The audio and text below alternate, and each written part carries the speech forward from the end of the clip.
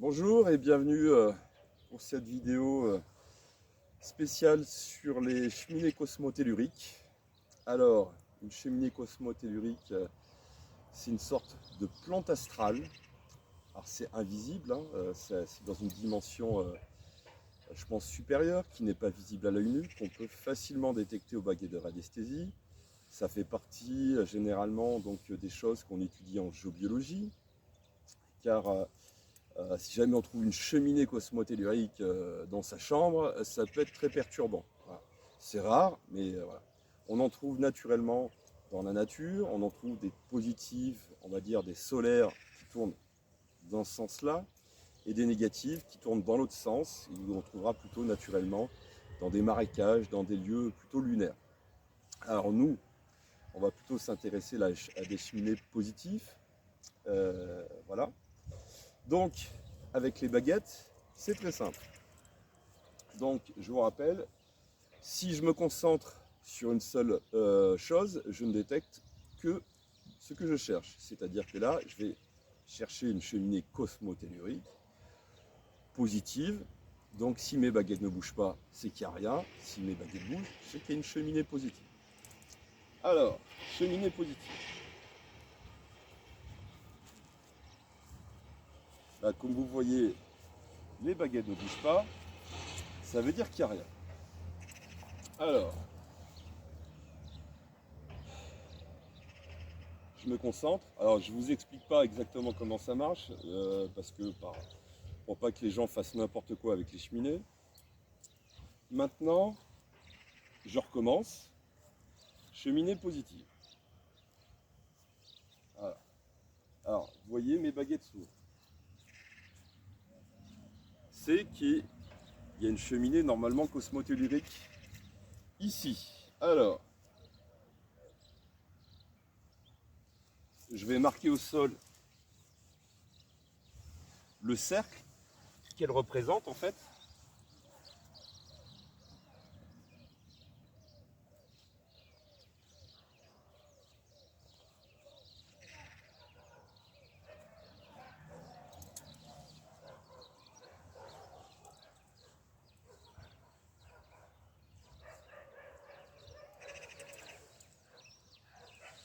Là, vous voyez déjà un peu sa taille.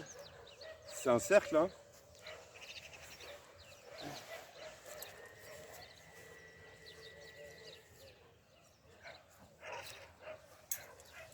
Donc j'espère que vous me voyez. Donc là, on a déjà délimité un peu les quatre coins et on a une idée de la taille.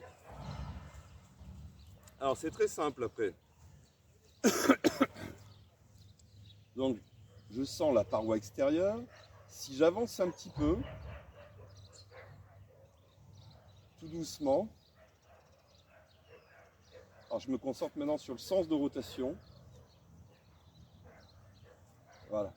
Donc vous voyez, la deuxième paire de baguettes indique une direction. Les deux baguettes sont dans le même sens, c'est-à-dire que la cheminée tourne dans ce sens-là.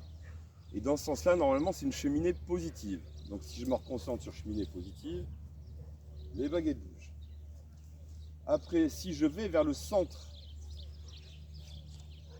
voilà, très bien. Je le fais dans l'autre sens. Donc ça s'écarte sur la paroi. Et là, vous voyez, au centre, vraiment, ça se croise. C'est ce qu'on appelle le cœur.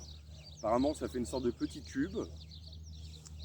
Et il y a un cercle principal. Apparemment, il y a plusieurs couches à l'intérieur.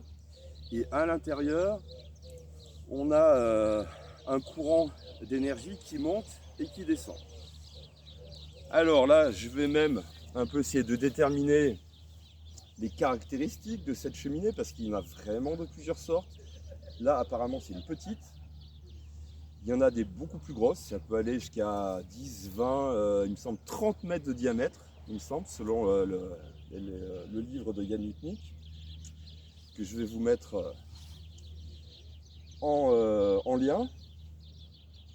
Qu'est-ce qu'on peut regarder aussi? Et bien sûr, donc il faut imaginer un grand tube qui monte très haut dans le ciel et ça descend si profondément. Je vais vous mettre une image de la cheminée cosmotellurique.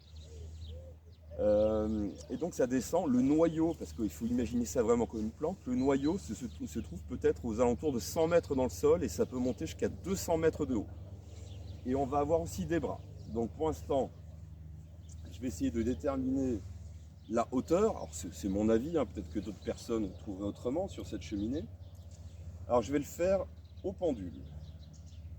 Alors c'est ma main qui bouge, hein, faut pas s'étonner, c'est comme si j'avais un pendule. Alors, je vais faire tous les 10 mètres.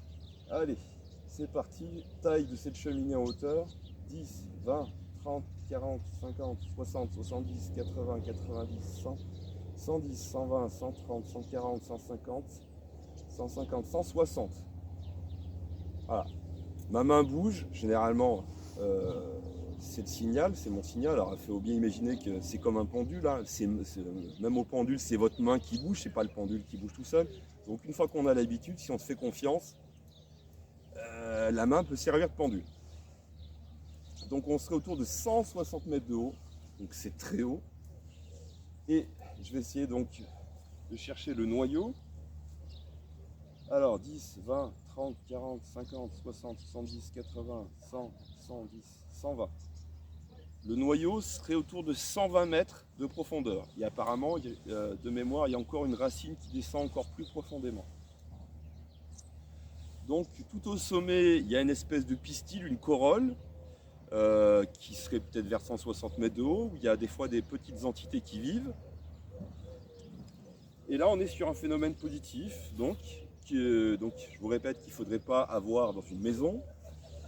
Si vous en avez une, et ben voilà, contactez-moi, surtout dans une chambre. Après, bon, dans un salon, s'il n'y a rien au-dessus, en dessous, c'est moins gênant. Et en sachant que même une positive, on va chercher les bras. Les bras sont un peu trop agressifs, la pointe des bras sont un peu trop agressifs. Donc il ne faudrait pas avoir une chaise, passer beaucoup de temps, un lit. Si vous avez pile un bras qui donne sur votre lit, et ben c'est quand même un phénomène assez embêtant. Donc là, tout simplement pour déterminer le nombre de bras, je vais faire le tour. Donc on imagine ce cercle là, et je fais le tour du cercle en me concentrant uniquement sur les bras des cheminées cosmotelluriques. Donc je vais tourner à partir d'ici pour que vous voyez bien.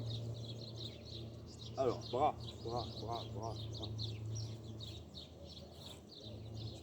Là, j'en aurai un ici.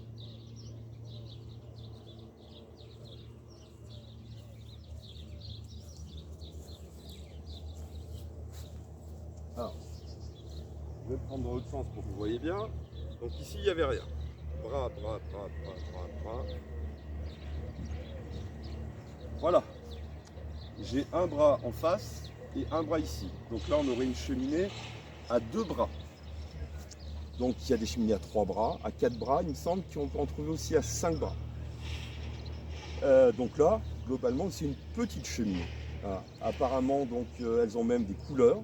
Alors, est-ce que c'est une bébé cheminée? Est-ce qu'elle va grossir? Ça, je ferai peut-être une autre vidéo là-dessus en essayant de questionner justement la cheminée cosmotellurique pour savoir un peu la vie des cheminées, hein, comment, si elles grandissent ou pas. Qu'est-ce qu'on peut dire d'autre? Et ben, je vous invite, si avec vos baguettes, si vous avez trouvé une cheminée, on en trouve facilement dans la nature, dans des lieux énergétiques, on en trouve aussi dans les églises, alors plutôt dans les alvéoles qui entourent le corps d'une église. Je vous laisserai découvrir ça. Et autrement, on en trouve dans la nature, vers des lieux qui sont plutôt sympas. Voilà. Que dire d'autre? On pourrait peut-être dire que c'est des petits chakras de la terre. En tout cas, apparemment, elles servent, une de leurs fonctions, à part sûrement de vivre et d'avoir le droit de vivre dans leur dimension, elles purifient aussi donc, les énergies. Donc elles dynamisent, hein, comme des plantes qui vont composter, qui vont transformer des énergies des fois, même du fumier, hein. Ça va le transformer en quelque chose d'autre, sûrement, vu que c'est une plante.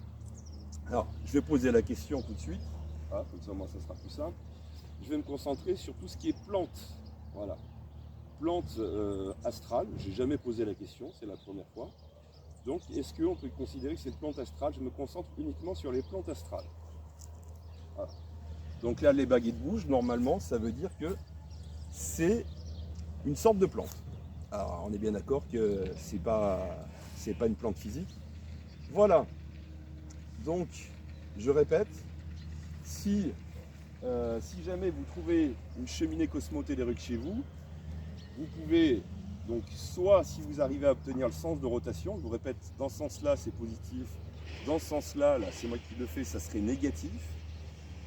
Et sinon, hein, vous pensez à cheminée négative. Voilà. Je passe là-dedans, si mes baguettes ne bougent pas, c'est que c'est pas une cheminée négative. Donc ça déjà, au moins, vous êtes tranquille. Je vous répète, les espèces de bras, donc les bras, ça va faire une forme un peu comme ça. Donc, et là, vraiment sur la pointe, ça serait, il ne faudrait pas y rester des heures. Mais je vous invite à faire, si vous trouvez une cheminée, à faire une petite méditation en son centre. Vous sentez pendant quelques secondes l'énergie qui monte et pendant quelques secondes, vous sentez l'énergie qui descend. Alors, je vais même vous montrer en bonus un petit exercice tout simple. Alors, idéalement, c'est bien d'être 3-4 personnes, voire même de se tenir la main autour de la cheminée. C'est-à-dire que vous mettez par exemple sur la paroi, vous mettez sur la pointe des pieds et vous allez sentir que ça vous pousse de temps en temps, comme si ça se dandine d'avant en arrière, en fin de compte, au rythme de la respiration. Et quand, moi je l'avais fait plusieurs fois en stage, quand on se donne la main à plusieurs autour, beaucoup de personnes inconsciemment bougent légèrement.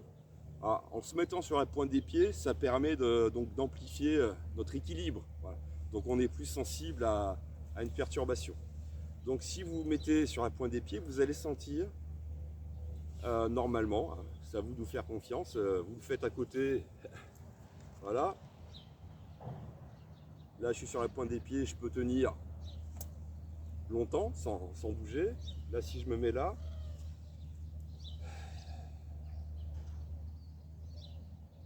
là je suis poussé en arrière. Voilà, donc là c'était sur les cheminées cosmotelluriques, un phénomène géobiologique qui est intéressant d'étudier. Et généralement, dans la même catégorie, on a aussi les vortex. Ça, c'est vraiment encore une autre histoire. Et ça sera l'objet d'une autre vidéo. Mais je connais plus les cheminées quand même que les vortex. Voilà, merci. À la prochaine vidéo pour des baguettes.